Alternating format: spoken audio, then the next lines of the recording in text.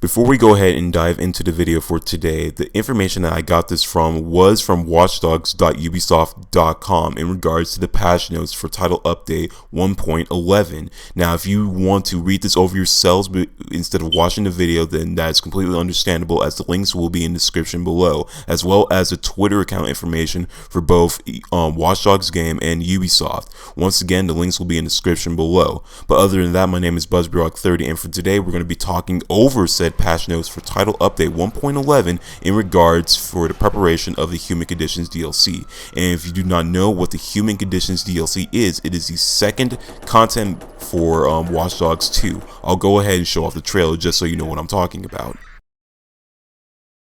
In the massive Human Conditions DLC, you join forces with Lenny and Jordy in 3 new hour-long story missions. In the first mission, Automata, DedSec unveils the dark secrets of a biometric car company. Marcus teams up with Jordy in Bad Medicine to take on the Russian Mafia. In Caustic Progress, Marcus works with biohacker Lenny to expose a company that's been experimenting on the homeless. On top of all this, players will have to adapt to the new elite-level co-op play and enhanced enemies.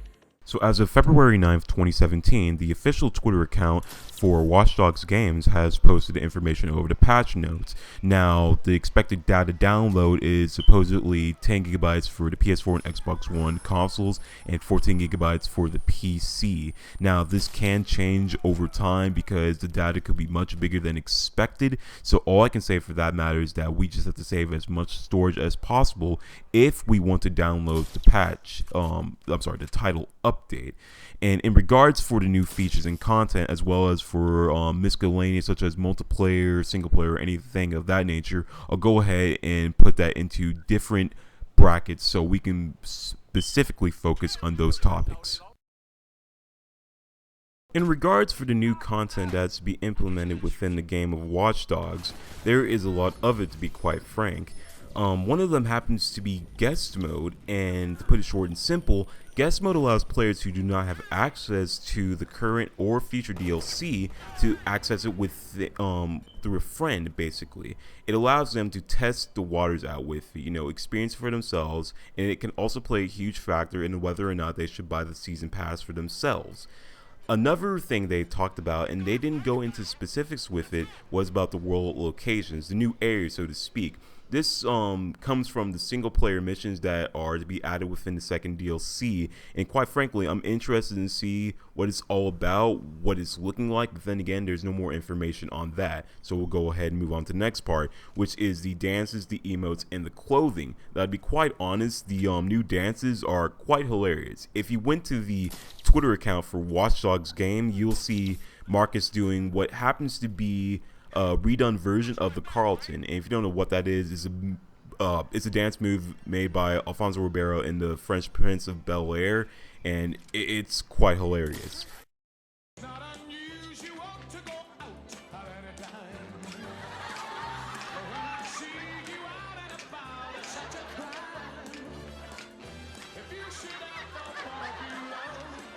Other than that, it basically depends on what clothes Marcus is wearing at that time. If he's wearing like some sort of hipster clothes or like something fancy, then he'll do different dances. I can't wait to see what that's all about, but it looks quite fun.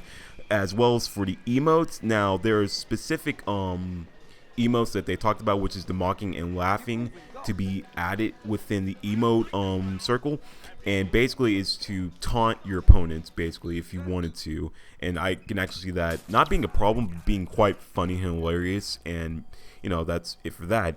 The clothing, now if you saw the thumbnail, those are actually new pieces of clothing available within the Ubisoft Play account, Uplay, and there's a lot of other items, 12 new items actually, as well as 4 Deus Ex items, 16 in total, so including those 2 outfits, 18 in general.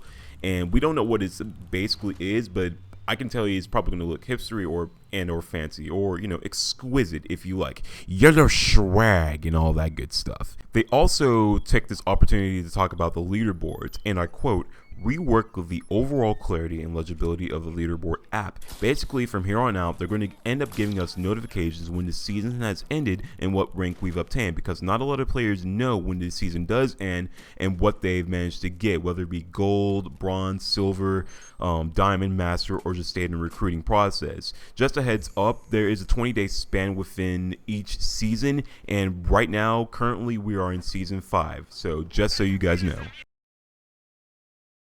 Going off into the multiplayer bracket, there's a lot of information that I feel as though you guys would enjoy for both online invasions and bounty hunter respectively. To start off with, for online hacking, we're getting the same concept or mechanic that we got in Watch Dogs, the very first one, which is being able to plan out our hacks. Now, if you don't know what that means, in the first Watch Dogs, before you started out the hack, when you hack your opponent, you're actually able to have some time to go to a concrete location and just start out your hack and use it from there, plan out whatever you're gonna do. In Watch Dogs 2, we did not have that option, because once we started our hack, it was immediate during that whole process, and it didn't really give us a lot of time to actually form a strategy when going against our opponent, because sometimes they would find us easily, and that seemed a bit unfair. Then again, there are those who manage to hack players successfully, but then again, if you are in an open area, then open wide area, sorry, then you're bound to get caught and bound to get hurt in the process. And I feel as though that's a very good addition that they're bringing back, that old school sort of thing. Another thing they were talking about is radius trolling, and that is jumping in and out of the radius, the hacking process while the data is being downloaded. Ubisoft feels though this is a trolling sort of thing. They're doing it without penalty. Sometimes most players, including myself, get caught up in something and think, shit, what should I do? Oh, let me just go out for a minute and just come back right in. Sometimes we use it as some sort of defensive mechanism, defensive strategy basically, and in their eyes they feel as though they want to do something about that. So from here on out, there will be some sort of penalty in regards to the timer as to when we enter out of the region and come back into it. For Bounty Hunter, there are a couple of things that a lot of players have been talking about, and that is getting killed and not being able to go after the target. Do not fret, because in their words, basically, we have another chance to actually attack our targets, and that means instead of 1 life, I think we're going to have 2 lives, if any, because in one instant when I was playing with a friend, we joined in on a bounty hunter session, and next thing you know, when we died, we managed to pop back in and kill that target.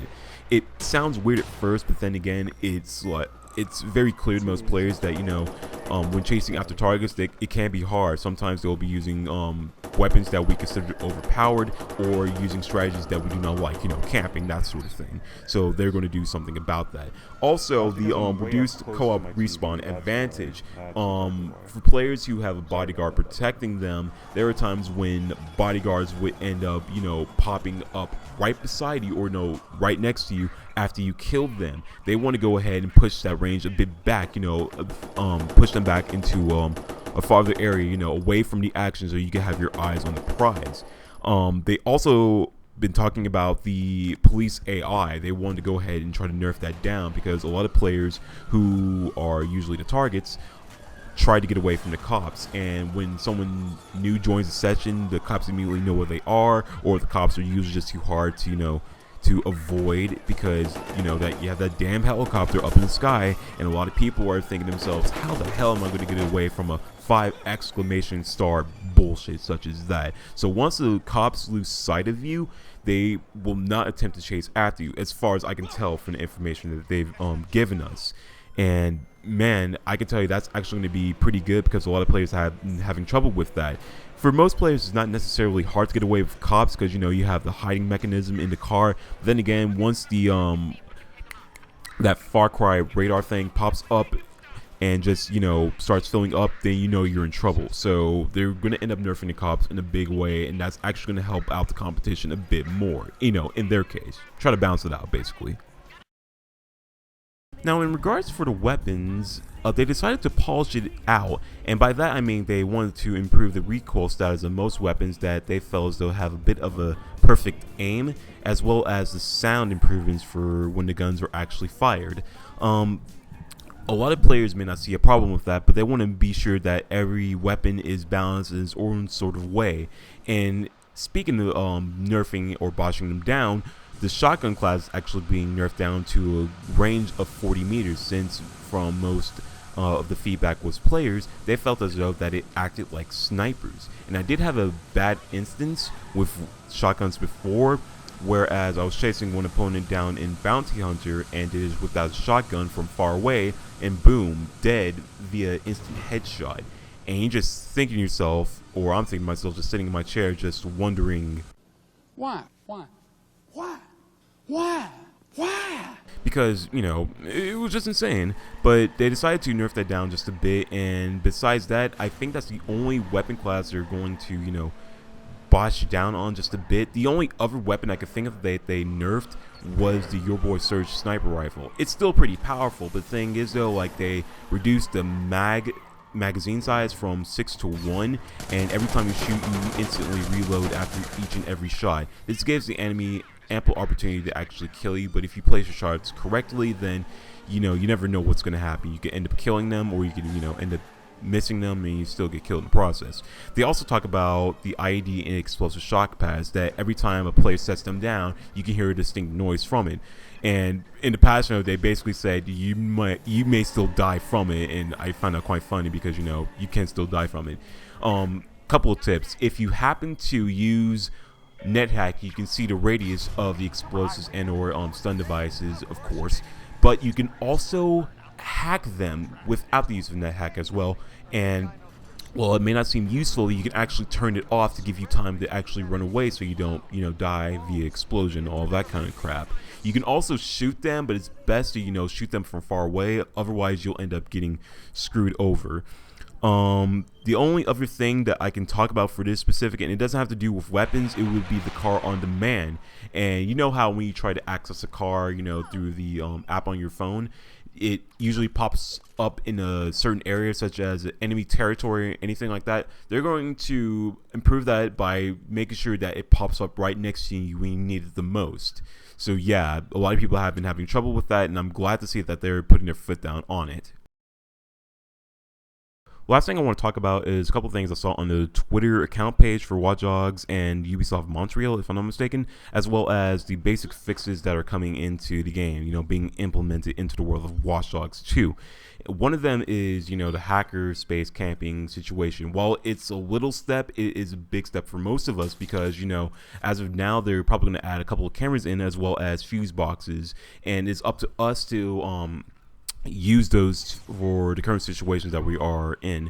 And if that doesn't work out, you can always still use a Your Boy Surge sniper rifle on them and just proceed to wall bang them through the walls, because there's only one way in or out, and by damn, they're not going to try to let you in, so you got to do something to, you know, help you out in that situation.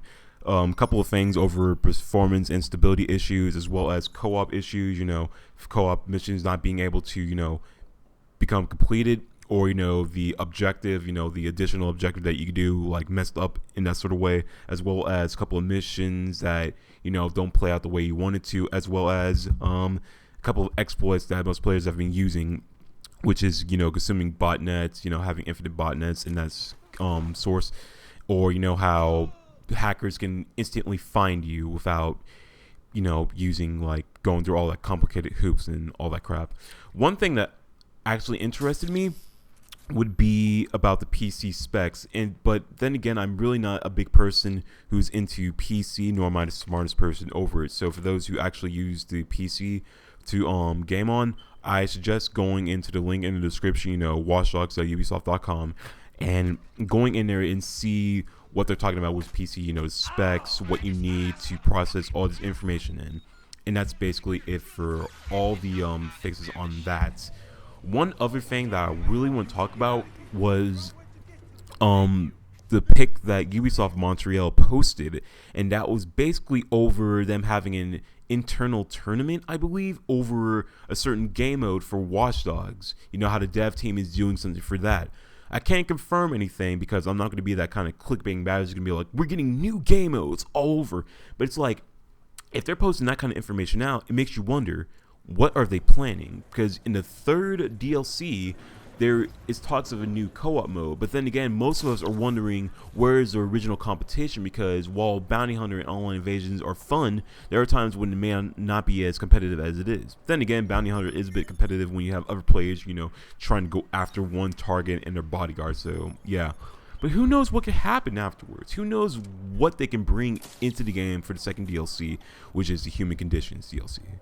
And that's all there is to on this video. I'm sorry if I took up your time and made it a bit clickbaity, but I just wanted to go ahead and spread this information out to you all because I feel as though you guys deserve to know this. All in all, I'm very excited about the second DLC that's coming to Watch Dogs 2, and I hope you guys share the, you know, same enthusiasm that I have as well. But other than that, I love you guys. Thank you for watching the video, and, you know, just have fun out there. Peace!